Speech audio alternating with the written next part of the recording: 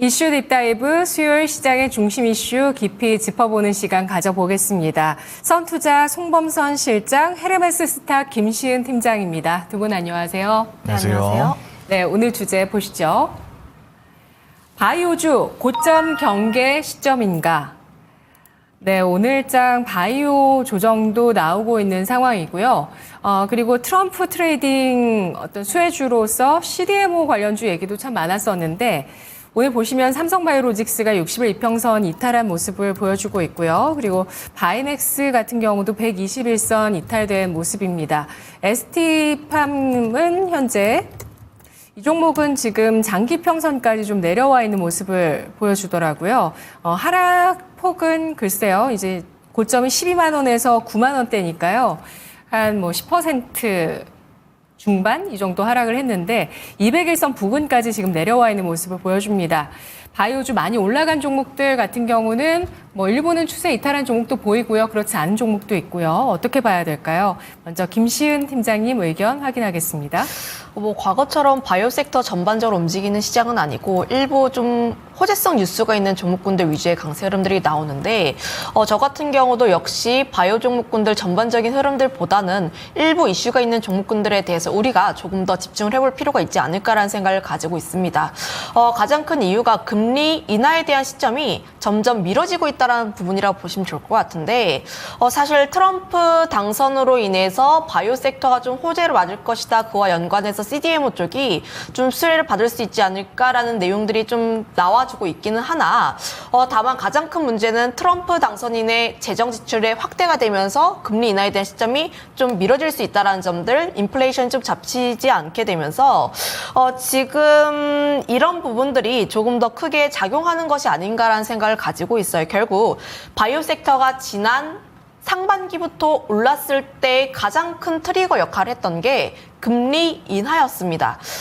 결국 얼마만큼의 금리 인하가 진행이 되는지에 따라서 바이오 섹터 전반적인 투심이 다소 바뀔 수가 있는 부분이라고 보시면 좋을 것 같은데 그만큼 지금 뭐 연준 위원들의 발언이라든지 혹은 CPI 혹은 패드워치 이런 내용들이 조금 더 중요하게 작용하는 시장이라 보시면 좋을 것 같아요.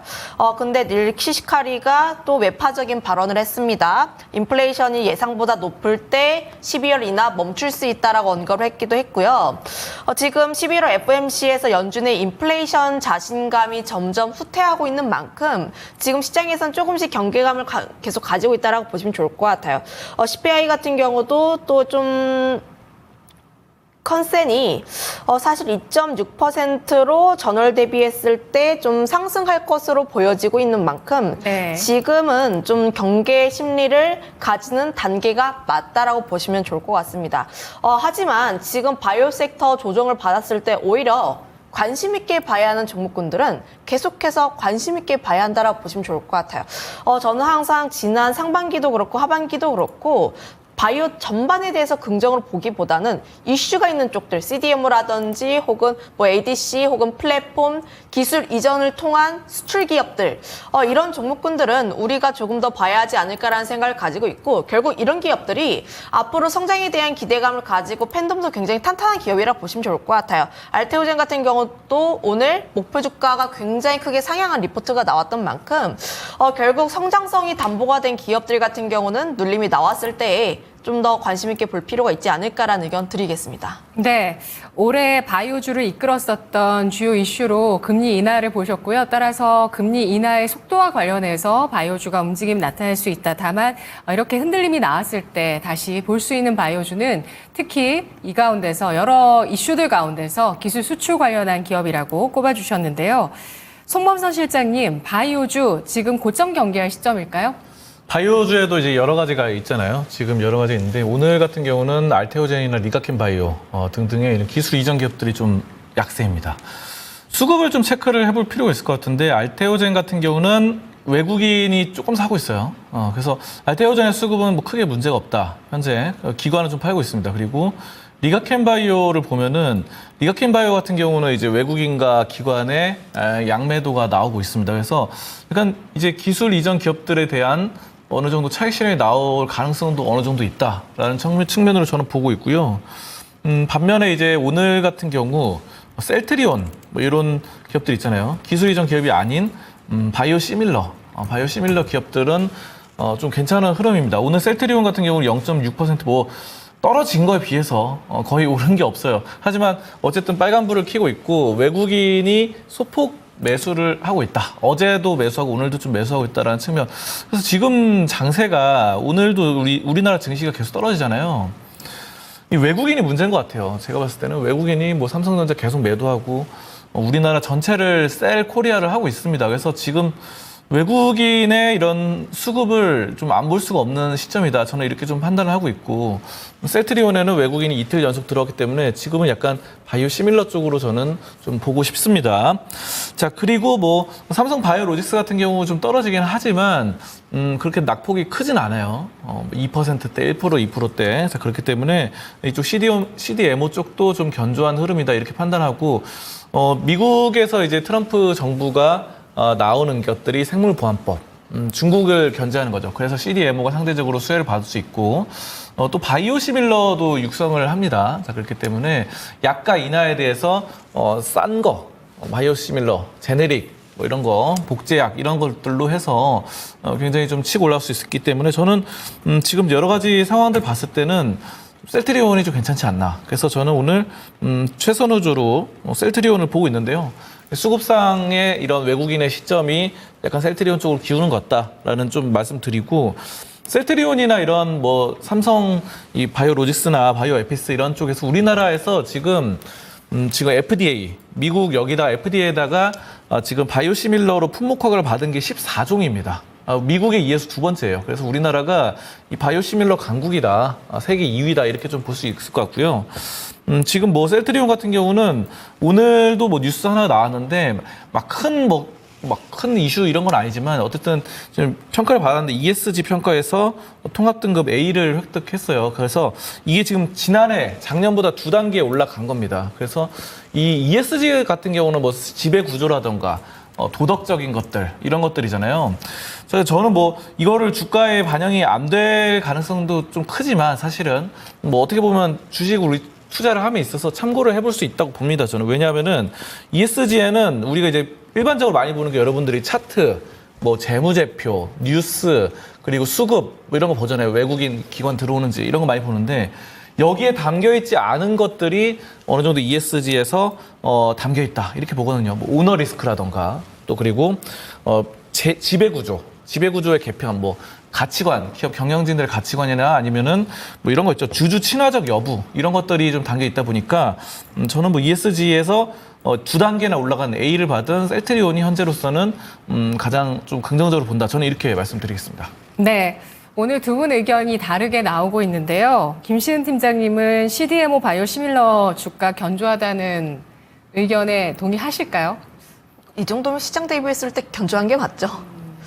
근데 이제 제가 CDMO보다 이제 기술 수출에 대한 의견을 조금 더 말씀드린 부분들은 CDMO는 지금 실적은 굉장히 잘 나오고 있고 또 반도체로 치면 제조를 하고 있다라고 보시면 좋을 것 같아요. 근데 제가 플랫폼이나 기술 수출 쪽에 조금 더 관심을 가지고 있는 이유는 앞으로 성장에 대한 기대감 때문이라고 보시면 좋을 것 같습니다. 그 중에서 가장 봐야 하는 종목군이 항상 알테오젠을 말씀드리는데 저희 코너에서 알테오젠을 굉장히 많이 이야기를 하고 제2의 알테오젠 무엇이 있을까 질문을 드리면은 항상 제2의 알테오젠 찾지 말고 알테오젠을 보세요라고 할 만큼 그만큼 지금 기술에 대한 경쟁력이 있는 상황이라고 보시면 좋을 것 같아요. 지금 키트로다에 이어서 지금 엔허2까지 SC제형 전환에 대한 부분들이 나오게 되면서 결국 굉장히 다양한 제약사들이 이 기업의 기술을 탐낼 수밖에 없는 상황이라고 보시면 좋을 것 같고 결국 지금 나와 있는 파이프라인 중에 2개가 오픈이 되었습니다. 나머지 6개 같은 경우가 LO에 대한 라이센스 아웃에 대한 기대감까지 함께 남아있는 부분이라고 보시면 좋을 것 같아서 저는 굉장히 기대감을 크게 키울 수밖에 없는 기업이라 보시면 좋을 것 같아요. 결국 이 기업이 현재 코스닥 시총 1위인데 그만큼 지금 1위의 자리에서 내려가지 않고 견고하게 있다라는 것은 그만큼 지금 이 기업에 대한 투심이 견고하다라고 보시면 좋을 것 같습니다. 그래서 보통 코스닥 1위를 달성하게 되었을 때 단발성으로 끝나는 게 아니라 보통 연속성을 가지기 마련이에요. 그 자리에 있기 위해선 그만큼 보여줘야 하니까, 성과가 있어야 하니까. 근데 이 기업은 굉장히 다양한 성과를 보여주고 있고 앞으로 성장에 대한 기대감도 남아 있어서 저는 이 기업은 눌림이 나왔을 때 접근해볼 필요가 있지 않을까. 물론 이 기업이 항상 주가 급등을 한 다음에 무조건 그 다음에 연속적으로 움직이는 기업들은 아니에요. 약간 쉬어갔다가 일정 박스권 라인대에서 좀 지지부진 움직였다가 다시 한번 움직이는 경향들이 강한데 그거에 따라서 지금 당장 내가 공격적인 매수보다는 조금씩 분할 매수에 대한 관점으로 좀 접근해 보시는 게 맞지 않을까라는 의견 드리도록 하겠습니다. 네, 시장 조정 나오면 매도할 걸 이 생각 많이 하시거든요. 그래서 매도가도 정해주시면 좋을 것 같아요. 알테오제는 뭐 얼마 정도에 파시겠어요? 담아둔다면. 저는 지금 50만 원까지는 적어도 봐야 하지 않을까라는 생각을 가지고 있고요. 네. 저는 지금 이 기업 같은 경우는 손절은 거의 없다라고 생각하고 있습니다. 35만 원 라인대 만약에 깨게 되었을 때 좀 그 밑으로 내려갈 수가 있기는 하나 이 가격까지 내려갈까? 이렇게 생각하고 있어요. 네, 내려오면 오히려 땡큐라고 생각할 수 있는, 외칠 수 있는 종목이다라고 평가를 해주셨고요. 송범선 실장님, 셀트리온 목표가 주시죠.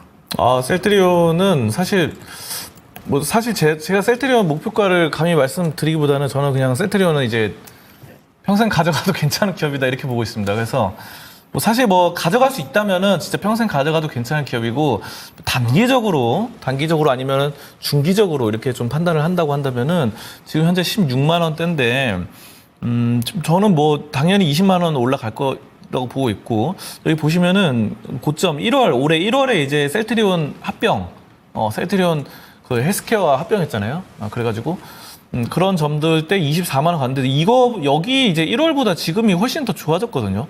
자, 근데 1월보다 좋아졌는데 아직 주가에 반영이 안 됐기 때문에 저는 25만 원 갈 수 있다 이렇게 좀 판단합니다. 네. 바이오주 전반적으로는 고점에 대해서 경계도 해봐야 되겠지만 탑픽으로 골라주신 종목에 대해서 두 분 모두 강력한 의견을 제시해 주셨습니다. 두 번째 주제 보시죠. 트럼프 시대 원전주 날개.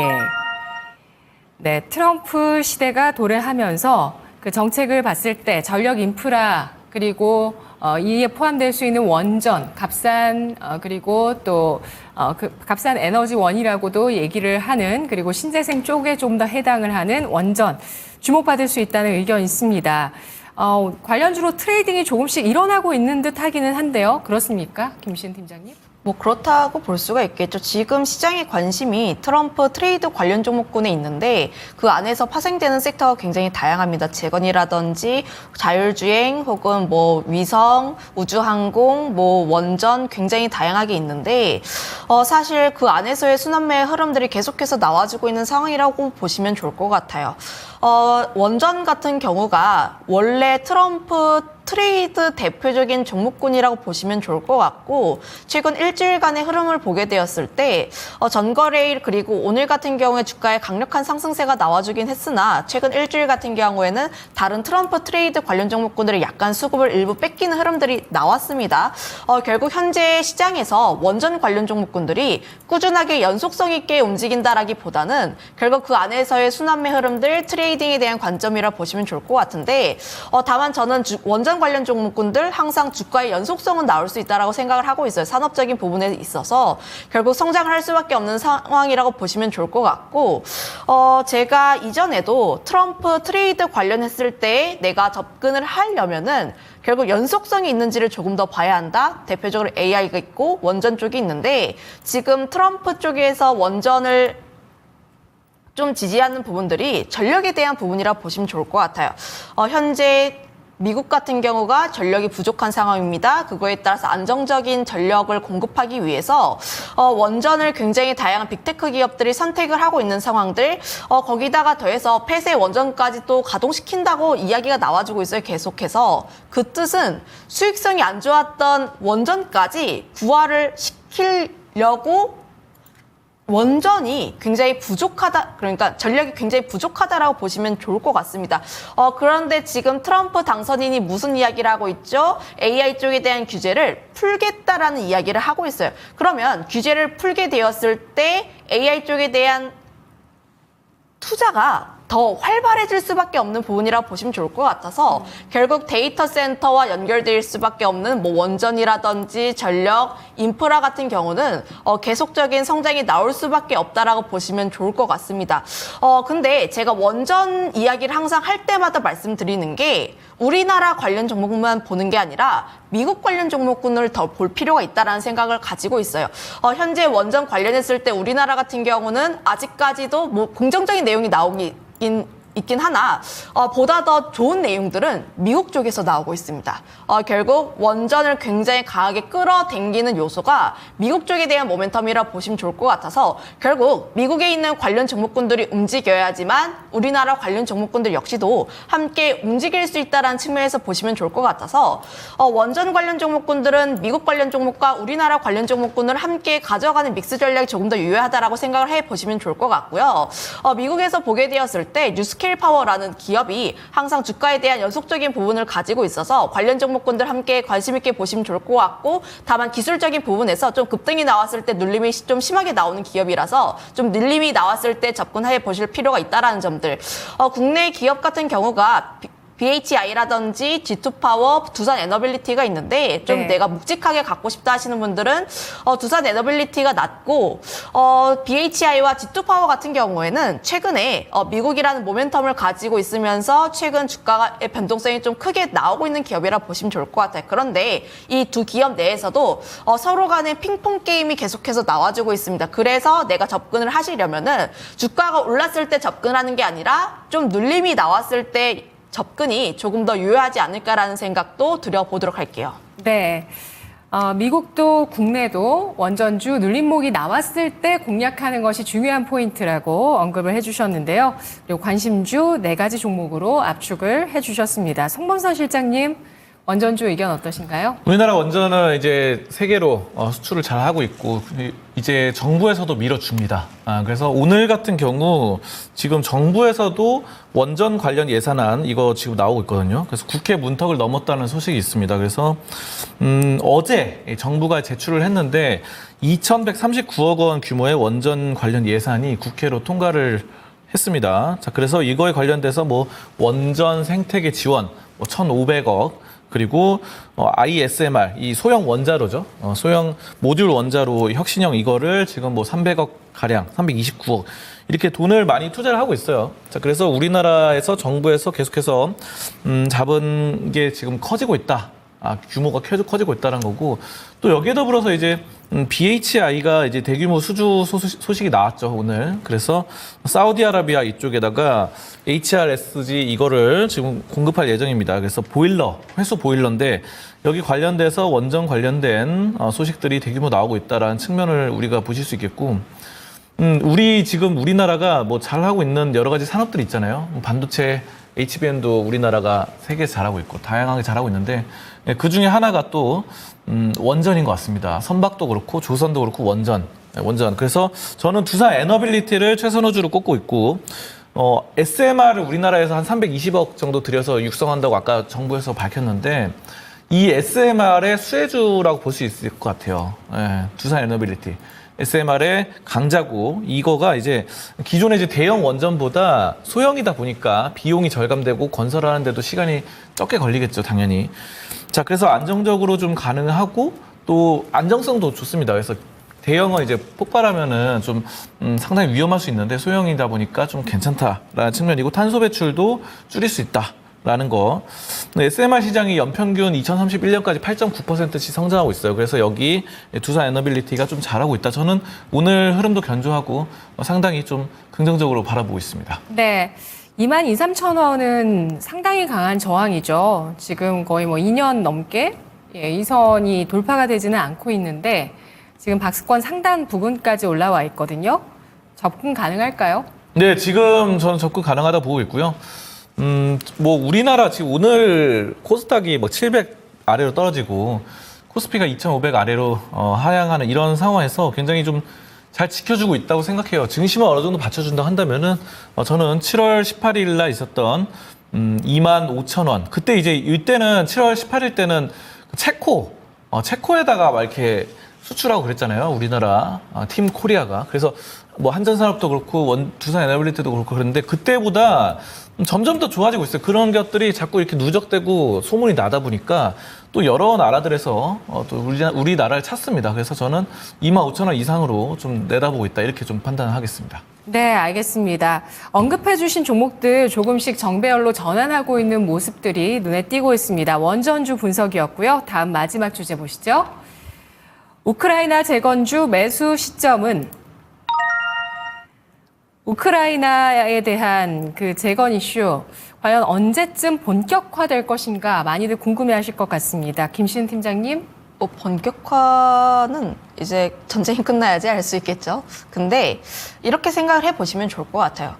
좀 재건을 진행한다고 해서 우리나라가 얼마만큼의 수혜를 받을 수 있을 것인가. 저는 큰 수혜는 받을 수 없다라고 생각을 해보시면 좋을 것 같고 네. 그중에서 가장 큰 수혜는 미국 관련 종목군들이 받을 수밖에 없죠. 거기에서 지금 관련 종목군들이 움직이고 있는 것은 결국 트럼프 트레이드 관련했을 때의 기대감 때문이라고 보시면 좋을 것 같고요. 이 기업이 전거래일부터 건설 중소형사들까지의 굉장히 강력한 상승세가 나와주고 있는데 지금 이 기업들이 우크라이나 재건 관련했을 때 좀 연관성이 있는가 이거를 따져보면은 그렇지도 않습니다. 좀 뭐 참여할 의사가 있다라는 기업도 있고 그냥 작으니까 시총이 작으니까 변동성에 의해서 좀 움직이는 기업들 시총이 1,000억 이하인 종목군들도 굉장히 많아요. 그래서 저는 이 종목군들 같은 경우에는 내가 조금 더 끌고 간다라기보다는 단기 트레이딩으로 보시는 게 맞지 않을까라는 생각을 가지고 있고요. 저는 여기서도 사실 트레이딩을 하시기에는 좀 다소 무리가 있지 않을까라는 생각을 가지고 있는 게 물론 트럼프 트레이드 관련 종목군들을 계속 이어갈 수는 있습니다. 근데 우리가 그 안에 있어서 결국 트럼프 당선과 관련된 정책에 조금 더 집중을 해볼 필요가 있지 거기에서 우리나라 기업들이 수혜를 받을 수 있는지까지 모를 기업들까지 좀 더 봐야 할까라는 생각을 가지고 있어서 이런 종목군들은 그냥 시세가 분출이 되었을 때 좀 짧게 트레이딩 하시는 종목이라 보시면 좋을 것 같아서 이 기업들 같은 경우는 좀 노코멘트 혹은 중립에 대한 의견 한번 드리도록 하겠습니다. 네, 그럼 미국과 연관된 우크라이나 재건주 분류도 힘들까요, 아직은? 지금 뭐 대표적인 게 캐터필러라고 보시면 좋을 것 같고 네. 결국 그 안에서 우리가 재건 관련했을 때 실제로 수혜를 볼 수 있는 기업들은 뭐 진성TC처럼 미국 쪽에 좀 연관이 있는 기업들, 미국 쪽에 대한 매출 비중이 어느 정도 있는 기업들이 현재로서는 모멘텀적으로 조금 더 든든하지 않을까라는 의견 한번 드려보도록 할게요. 네. 송범선 실장님, 우크라이나 재건주 매수 시점은 언제일까요? 저는 지금은 이제 좀 매도를 준비해야 된다 이렇게 판단하고요. 왜냐하면은 이미 많이 올랐습니다. 그래서 이 이슈가 이제 트럼프가 당선된 지도 지금 며칠이 지났잖아요, 이미. 며칠 지났고. 하다 보니까 시세는 이미 나왔어요. 그래서 만약에 이쪽을 매수를 하려고 했으면은 11월 6일 날 장대 양봉이 나왔거든요.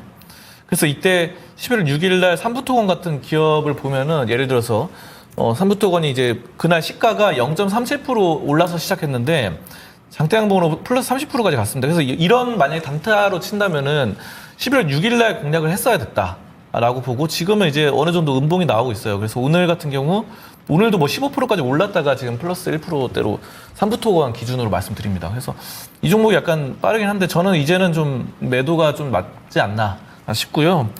트럼프가 전쟁을 종식시키겠다고 했는데 취임하는데 이제 뭐 35일, 36일 이 정도 남았죠. 근데 이제 종식은 시킬 거예요, 아마.